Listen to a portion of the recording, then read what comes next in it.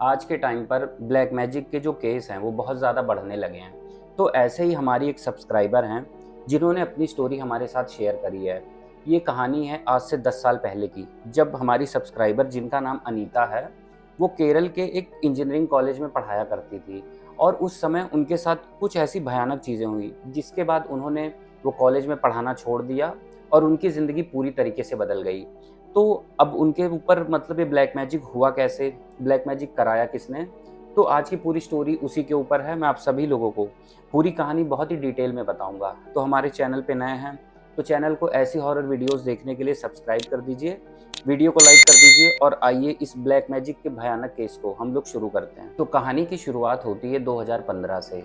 2015 में अनीता जो थी, वो केरल के एक इंजीनियरिंग कॉलेज में पढ़ाना शुरू करती हैं। जो अनीता हैं, उनका जो गाँव है, वो केरल से जो कॉलेज पड़ता था, उससे थोड़ी दूरी पर था। तो उन्होंने सोचा कि यार मैं किसी और शहर क्यों जाऊँ? मैं अपने ही जो एक शहर में कॉलेज है, यहीं पर पढ़ाना स्टार्ट कर देती हूँ। तो उन्हें कॉलेज में पढ़ाते हुए 10 से 15 दिन हुए थे। तो उस समय जो सेशन था कॉलेज का, वो स्टार्ट हुआ था। तो बहुत सारे जो बच्चे थे, उन्होंने एडमिशन लिया था। तो 10-15 दिन वो जाती हैं पढ़ाने, सब कुछ अच्छा रहता है, काफ़ी नॉर्मल। वो बच्चों को पढ़ाती थी, उसके बाद अपना घर आती थी और जो उनका रूटीन था बहुत ही सिंपल था। लेकिन अब थोड़े दिन बाद होता क्या है कि वो नोटिस करती हैं कि उनकी क्लास में एक बच्चा है, जिस बच्चे का नाम था नमन। अब मैं आप लोगों को थोड़ा-सा नमन के बारे में बता देता हूँ। जो नमन है, वो बिहार का रहने वाला है। वो वहाँ के इंजीनियरिंग कॉलेज में पढ़ाई कर रहा था। अब नमन वैसे तो काफ़ी ब्राइट स्टूडेंट है, पढ़ाई में काफ़ी अच्छा है। अगर उसे पढ़ाई में कोई प्रॉब्लम आती थी, तो वो अनीता से पूछ लेता था और अनीता भी उसे मतलब काफ़ी इंटेलिजेंट स्टूडेंट समझ के उसकी प्रॉब्लम सॉल्व कराया करती थी। तो अब मैंने आप सभी लोगों को नमन के बारे में बता दिया। अब होता क्या है कि कुछ दिनों बाद सब कुछ ऐसे चलता है, 1 डेढ़ महीने बीत जाते हैं। 1 डेढ़ जब महीने बीतते हैं, तो जो अनीता थी, वो नोटिस करती है ना कि जो नमन है, वो उनसे मिलने के लिए, उनसे बातें करने के लिए मतलब अलग-अलग तरीके के बहाने ढूँढता था। कभी वो कुछ स्टूपिड क्वेश्चन्स लेकर अनीता के पास आ जाया करता था। अब मैं इसलिए ये कह रहा हूँ कि वो स्टूपिड क्वेश्चन लेकर जाता था, क्योंकि जब वो पूछने जाता था, उससे पहले वाली क्लास में ही अनीता वो सारे क्वेश्चंस वगैरह सॉल्व करा के आया करती थी। और देखते ही देखते ये जो सारी चीज़ें थी, ये काफ़ी ज़्यादा रेगुलर होने लगी। वो अनीता के आस-पास मंडराने लगा, बात-बात पर उनसे फालतू क्वेश्चंस लेकर उनसे बात करने के लिए जाता। तो कुल मिलाकर अनीता ने ये सारी चीज़ें नोटिस करी, बट वो इग्नोर किया करती थी, क्योंकि जो नमन था, वो उनके लिए बस एक स्टूडेंट था। बट अब मैं आप लोगों को यहाँ पर बताऊँ, जो अमन था, वो धीरे-धीरे अनीता को पसंद करने लगा था। एक हिसाब से ये चीज़ बहुत गलत है। ऐसे ही कुछ दिन बीतते हैं, मतलब वो ये सारी चीज़ें करता रहा कि पास रहना, बातें करना, मतलब काफ़ी सारी चीज़ें थी।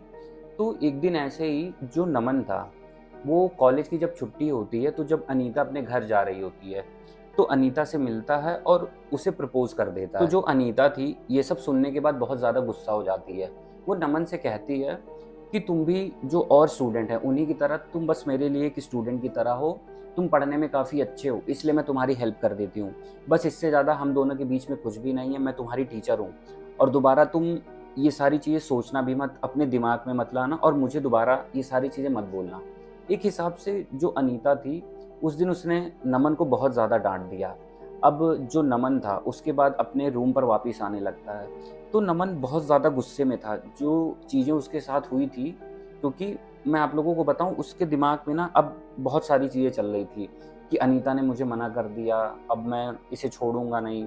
मतलब एक हिसाब से जो नमन था, उसने ठान रखा था कि मैं अनीता को अपना बना लूँगा। अब ये सारी चीज़ें होने के बाद 2 से 3 दिन सब कुछ नॉर्मल रहता है। अनीता पढ़ाने आती है, अपनी क्लासेस अटेंड करती है और जो नमन है, वो अपनी क्लास में बैठा रहता।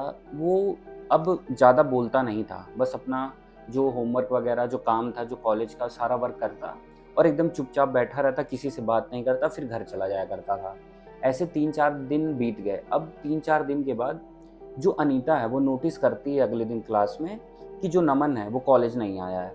अब 1 दिन, 2 दिन, 3 दिन, 4 दिन अनीता ने नोटिस करा, तो कम से कम 1 हफ्ते से 10 दिन के, मतलब 1 हफ्ते से 10 दिन का टाइम हो गया कि जो नमन था, वो अपने कॉलेज आया नहीं। तो जो अनीता थी, वो सोचती है कि शायद कॉलेज इस वजह से नहीं आ रहा कि या तो कोई फैमिली इमरजेंसी हो गई होगी या उसकी तबीयत खराब होगी।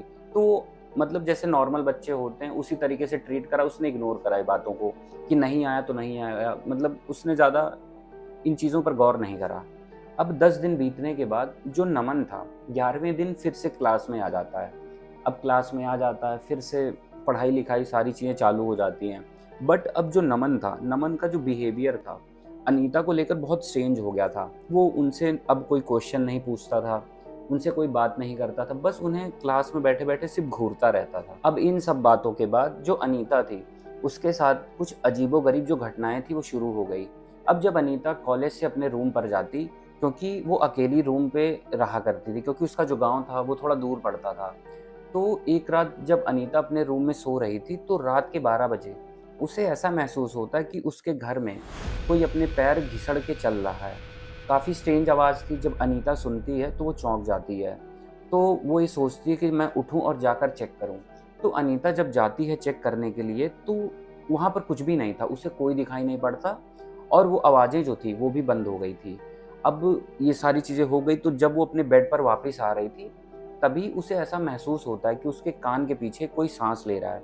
वो डर जाती है, अपने रूम में आती है और चद्दर ओढ़ के सो जाती है। मतलब वो रात काफ़ी डरावनी थी उसके लिए। अब ऐसे करके जो अनीता थी, उसकी लाइफ़ में ये अजीबो-गरीब चीज़ें स्टार्ट होना शुरू हो गई। वो कॉलेज जाती, कॉलेज से आने के बाद अपने घर जाती। जब वो घर जाती तो अब उसे अपने घर में, मैं आप लोगों को बताऊँ, अजीबो-गरीब माँस की स्मेल आना, अजीबो-गरीब गंध आना। तो वो हैरान रह जाती, वो सारे कोने चेक करती, घर की सफाई करती, बट जो स्मेल थी वो नहीं जाती थी। अब ऐसे ही एक रात अनीता के साथ काफ़ी स्ट्रेंज चीज़ हुई। मैं आप लोगों को बताता हूँ कि अनीता जो थी सो रही थी, तो उसे मतलब बाथरूम लगती है, तो वो उठती है बाथरूम जाने के लिए। अब वो बाथरूम गई, बाथरूम से वापस आ रही थी, तभी उसके रूम में एक मिरर था काफ़ी बड़ा-सा। तो जब वो मिरर के सामने से गुज़र रही थी, तो मतलब उसने एक झलक बस मिरर में देखी, तो उसे मिरर में अपनी शक्ल नहीं बल्कि एक परछाई दिखाई पड़ती है। उस परछाई की जो आँखें थी वो एकदम रेड थी। अब ये देखने के बाद वो डर जाती है, लेकिन जैसे ही वो पलकें झपकाती है, आँखें बंद करके खोलती है, तो वो जो परछाई थी वो गायब हो चुकी थी, उसे अपनी शक्ल दिखाई पड़ने लगती है। अब ये देखने के बाद काफ़ी स्ट्रेंज चीज़ थी उसके लिए।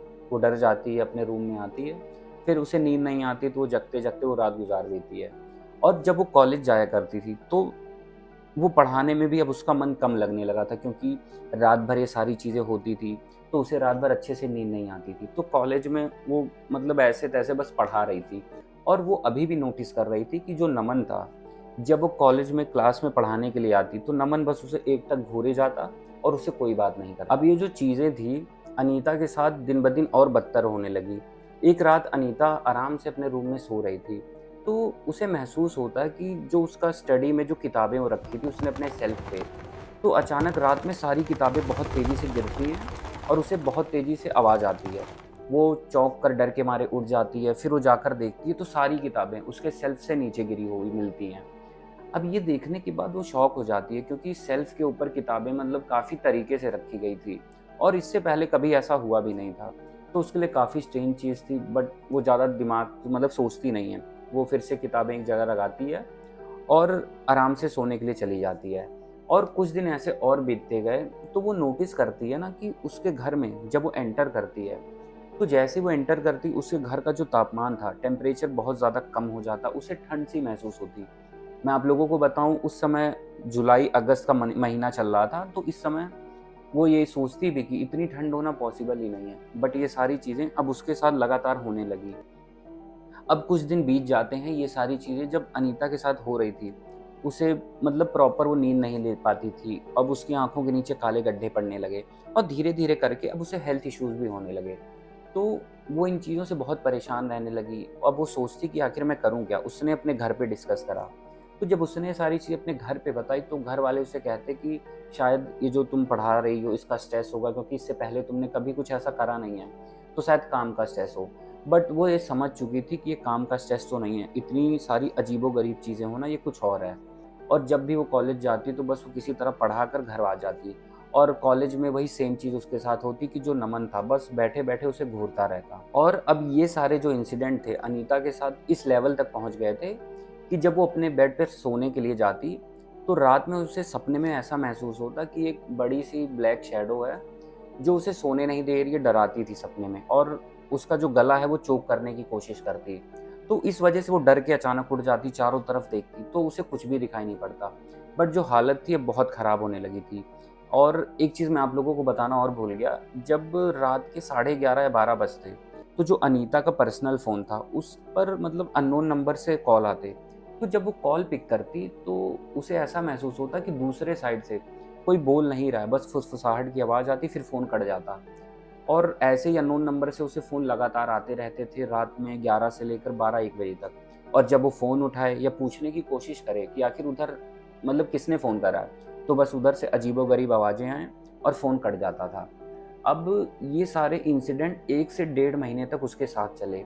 1 से डेढ़ महीने चले तो वो बहुत ज़्यादा एकदम परेशान हो गई। फिर उसने थक-हार कर अपने एक फ्रेंड से सारी चीज़ें डिस्कस करी कि यार मेरे साथ ये सारी चीज़ें हो रही हैं। तो उसके फ्रेंड ने उसे मतलब सजेस्ट करा कि तुम एक तांत्रिक हैं, यहीं पास में ही रहते हैं, तुम उन्हें दिखा लो। तो ठीक है, उसने जब बता दिया, तो जो अनीता थी उसने डिसाइड करा, तो उसने एड्रेस अपने फ्रेंड से ले लिया। फिर वो तांत्रिक के यहाँ जाती है। अब तांत्रिक के यहाँ जब वो जाती है तो सारी बातें डिटेल में बताती है कि मैं ऐसे-ऐसे कॉलेज में पढ़ाना स्टार्ट करी, मैं यहाँ नई आई हूँ, उसके बाद मेरे साथ रात के समय ऐसी अजीबो-गरीब घटनाएँ होती हैं। तो पहले तो तांत्रिक कहता है ठीक है, मैं तुम्हारे घर आऊँगा, देखूँगा। तो कहती है ठीक है, आप नेक्स्ट डे मेरे घर आ जाइएगा। अब जब अगला दिन आता है, तो अगले दिन जो तांत्रिक था अनीता के घर पहुँचता है।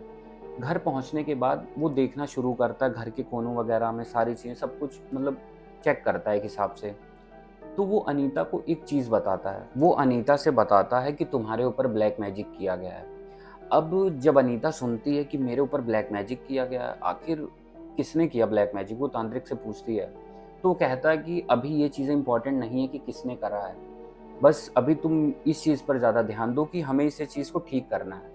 तो पूछता बताता है मतलब कि हम लोगों को कुछ यज्ञ वगैरह करना होगा, कुछ सामग्री लानी होगी, उसके बाद मैं तो कुछ पूजा-पाठ करूँगा, ताकि ये सारी चीज़ें जो ब्लैक मैजिक है उसे काटा जा सके।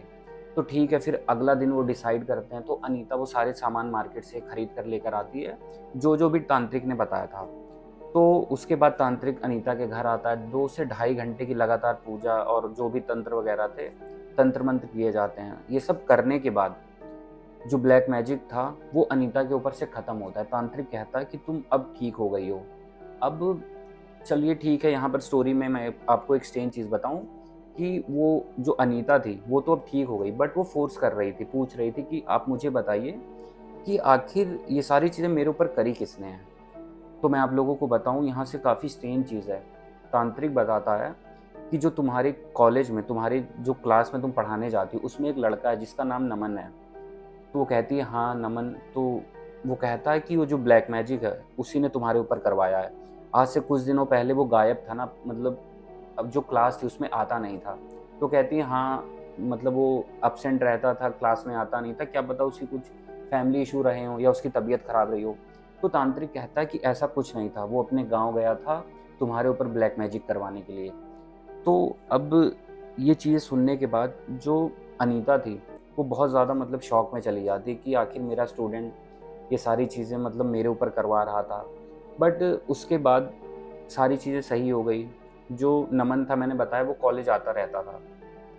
तो जो अनीता थी उसने कभी नमन से ये चीज़ जाकर नहीं पूछी कि तुमने ये सारी चीज़ें मेरे ऊपर करवाई। उसने 1 से डेढ़ महीने और पढ़ाया कॉलेज में, और उसके बाद जो अनीता थी उन्होंने उस कॉलेज में मतलब पढ़ाना छोड़ दिया, और जो अपनी नौकरी थी उन्होंने वहाँ से क्विट कर दी। अब उसके बाद फिर उनका जो, आप लोगों को मैं कैसे बताऊँ, हेल्थ थी, जो उनकी जो सोने का टाइमिंग वगैरह था, वो सारी चीज़ें धीरे-धीरे ठीक हो गई, वो नॉर्मल हो गई। उन्होंने कॉलेज तो छोड़ ही दिया था। तो उन्होंने ये स्टोरी हमारे साथ शेयर करी। उसके बाद उन्होंने कभी भी मतलब उस कॉलेज की तरफ पढ़ाने की कोशिश नहीं करी। फिर उन्होंने और अदर्स जॉब देखी और वो सारी चीज़ें करने लगी। आज से 10 साल पहले की स्टोरी है ब्लैक मैजिक की, कि कैसे एक स्टूडेंट ने अपने टीचर के ऊपर करा। तो स्टोरी काफ़ी स्ट्रेंज और काफ़ी मतलब अलग तरीके की थी। तो मैंने सोचा आप सभी लोगों तक शेयर करनी ज़रूरी है। तो बस आज की जो हॉरर स्टोरी थी यही थी। मैंने आप सभी लोगों को सब कुछ बताया, और ये कहानी काफ़ी स्ट्रेंज थी, काफ़ी यूनिक थी।